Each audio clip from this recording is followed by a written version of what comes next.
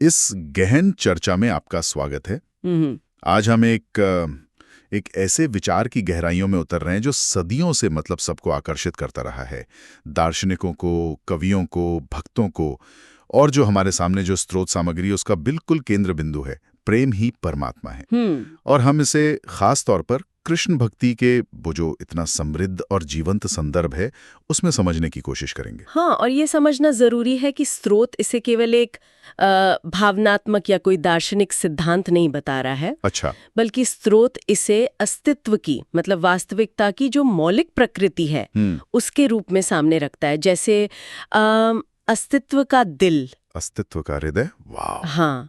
तो हमारी आज की जो ये बातचीत है उसका मकसद यही पता लगाना है कि स्रोत के हिसाब से ये जो इतना गहरा सबको समेटने वाला प्रेम है ये कैसे परम सत्य तक पहुंचने का, दिव्यता का सीधे अनुभव करने का रास्ता बन जाता है, खासकर जब इसे कृष्ण के जरिए अनुभव किया जाए। बिल्कुल। तो चलिए शुरू करते हैं। स्रोत की शुरुआत ही जैसा आपने कहा बहुत दमदार है।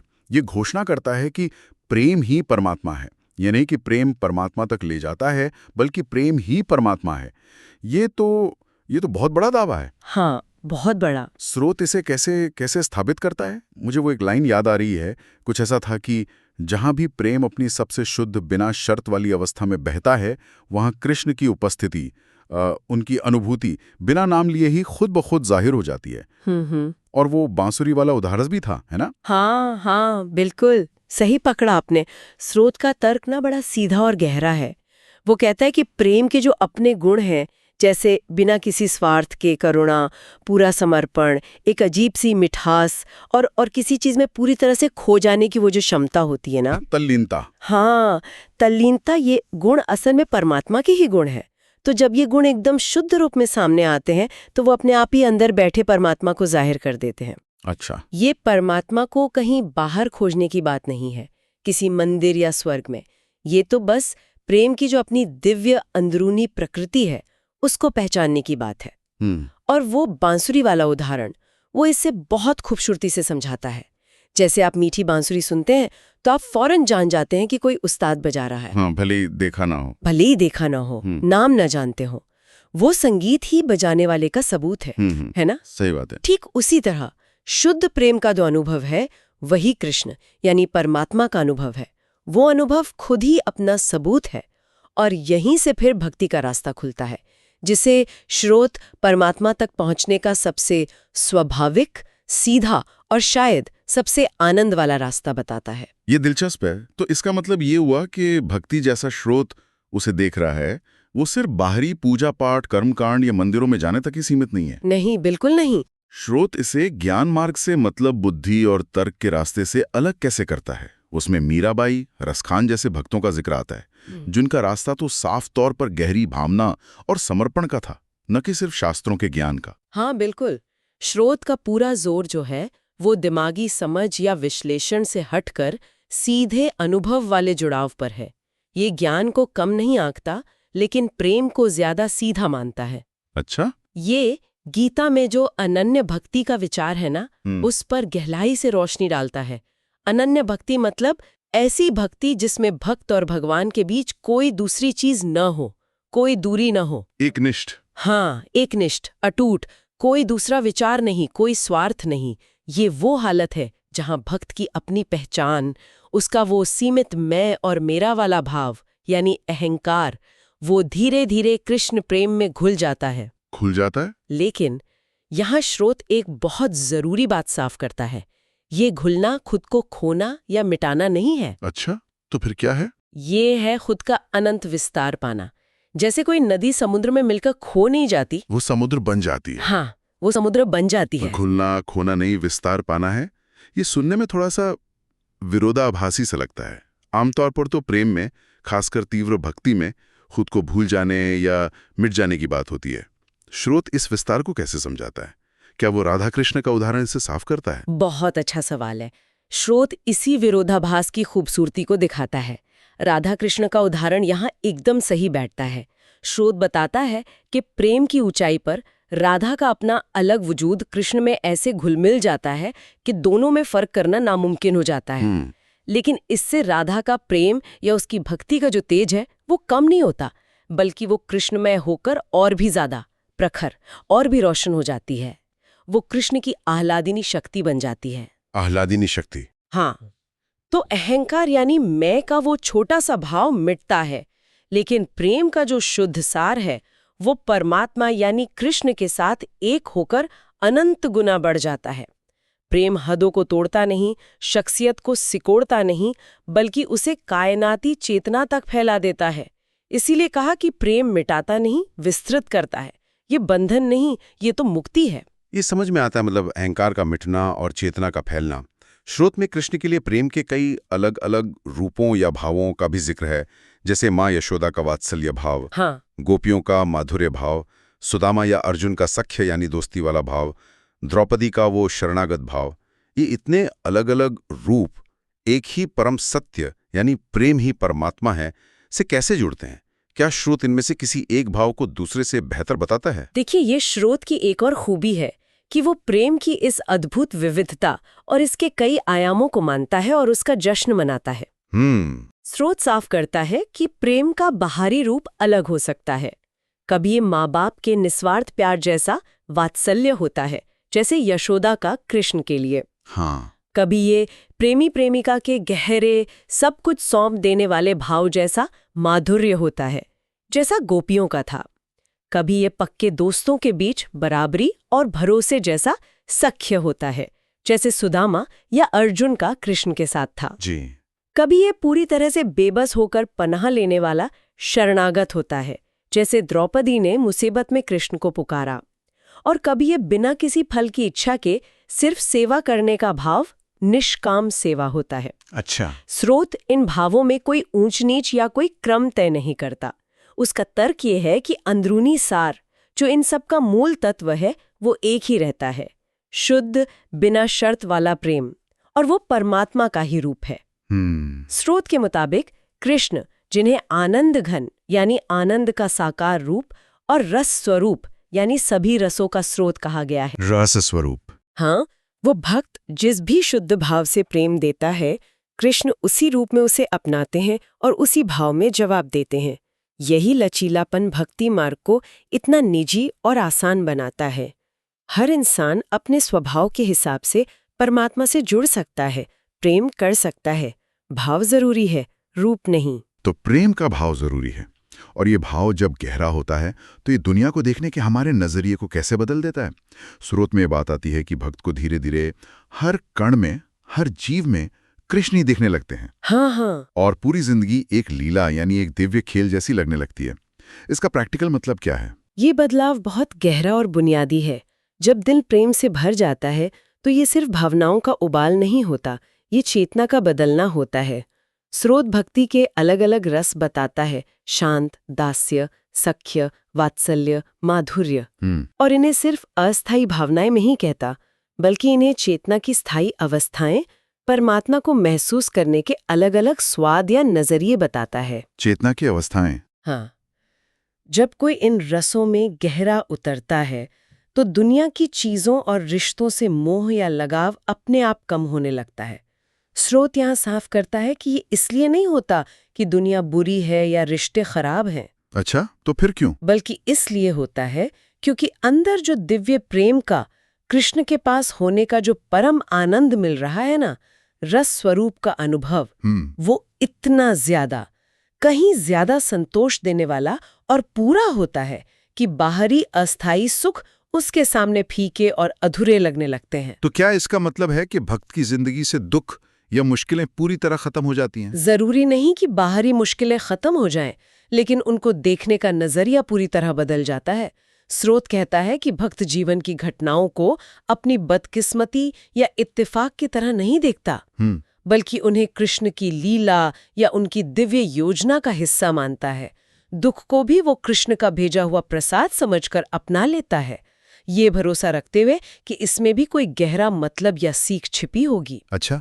जीवन के प्रति जो एक संघर्ष या विरोध का भाव होता है ना, उसकी जगह एक गहरी स्वीकृति और एक साक्षी भाव आ जाता है।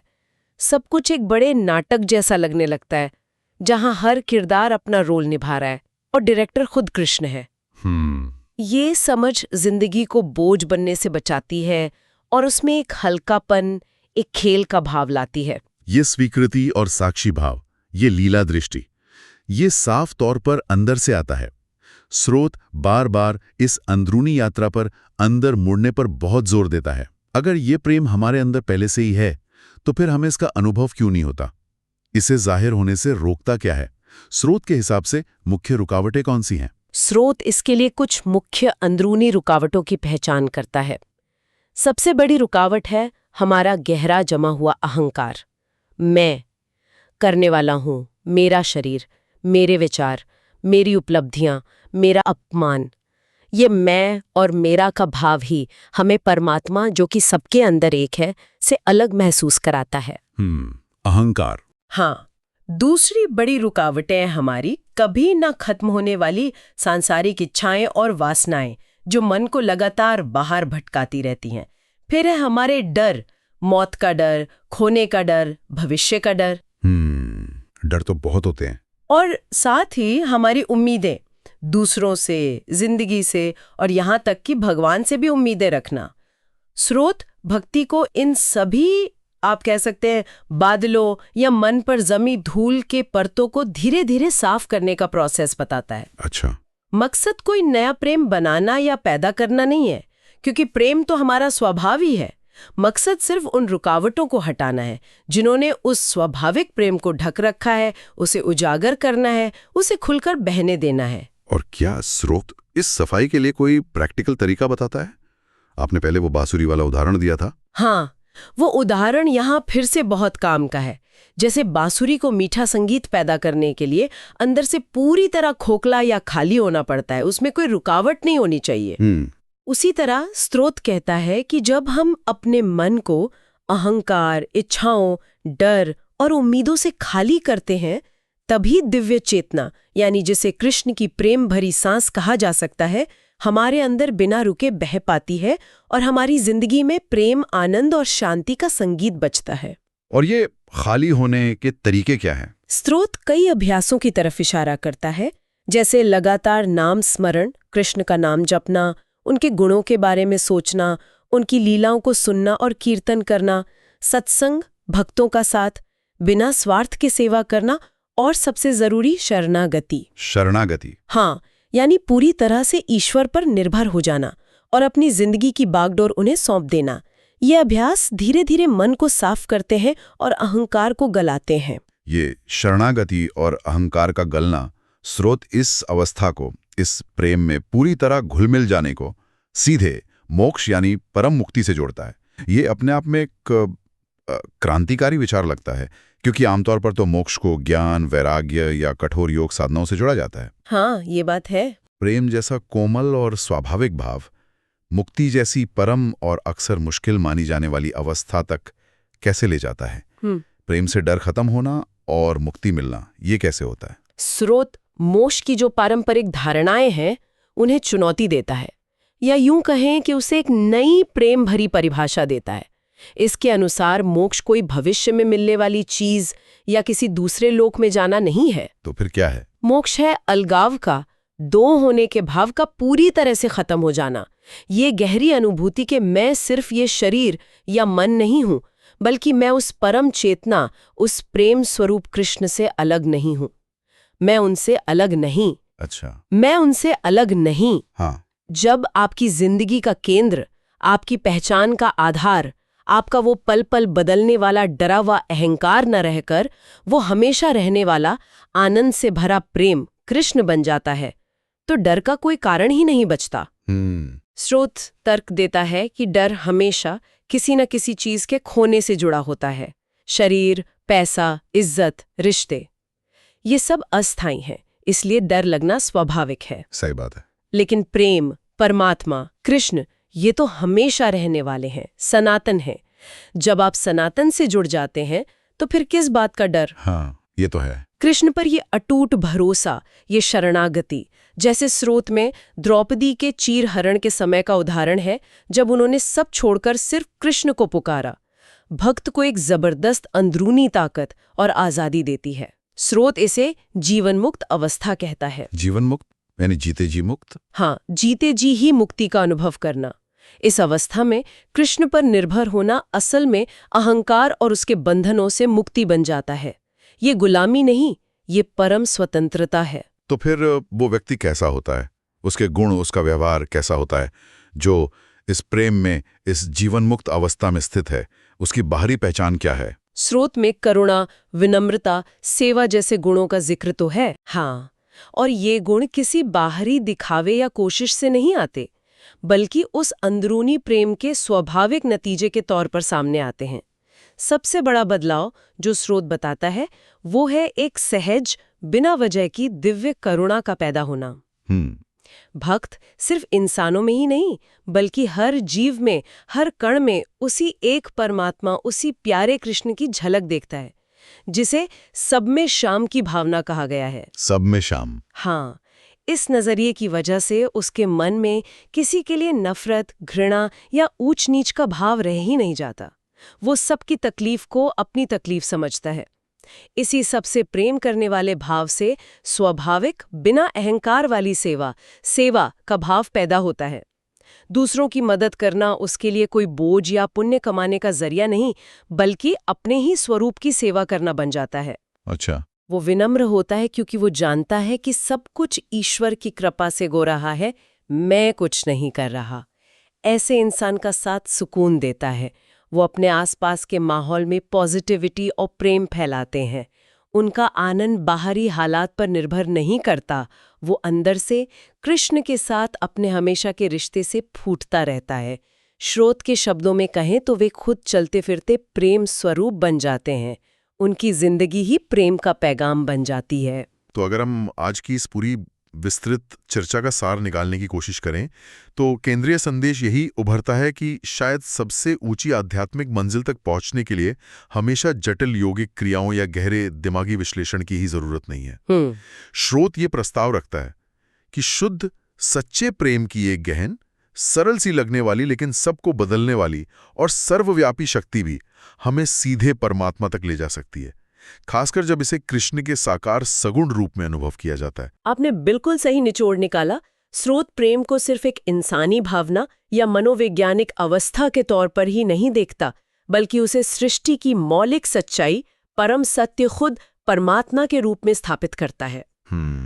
ये हमें इस संभावना पर सोचने के लिए उकसाता है कि शायद सबसे बड़ी आध्यात्मिक यात्रा कहीं दूर जाने की या कुछ नया पाने की नहीं है, बल्कि सिर्फ उस प्रेम की ओर वापस लौटने की है जो हम सबके अंदर स्वाभाविक रूप से मौजूद है, और उसे पहचान कर, उसे जीकर खुद दिव्यता का अनुभव करने की है। ये वाकई एक गहरा और जिंदगी बदलने वाला नजरिया हो सकता है। निश्चित रूप से। और जैसा कि स्रोत बार बार इशारा करता है, प्रेम का असली मर्म उसका विश्लेषण करने में नहीं है, बल्कि उसका अनुभव करने में है, उसे जीने में है। तो चलिए आज की चर्चा को खत्म करते हुए श्रोताओं के लिए एक विचार छोड़ जाते हैं। हाँ, जरूर। क्या हो यदि हम आज से सिर्फ एक दिन के लिए ही सही अपनी हर बातचीत, हर काम, हर मुलाकात को किसी हिसाब किताब, उम्मीद, फायदा या नुकसान के नजरिए से ना देखें?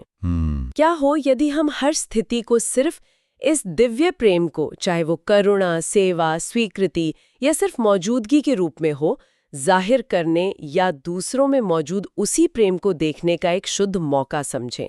हमारे अपने अंदर और हमारे आसपास की दुनिया में इससे क्या छोटे छोटे या शायद उतने भी छोटे नहीं बदलाव आ सकते हैं, इस पर सोचा जा सकता है।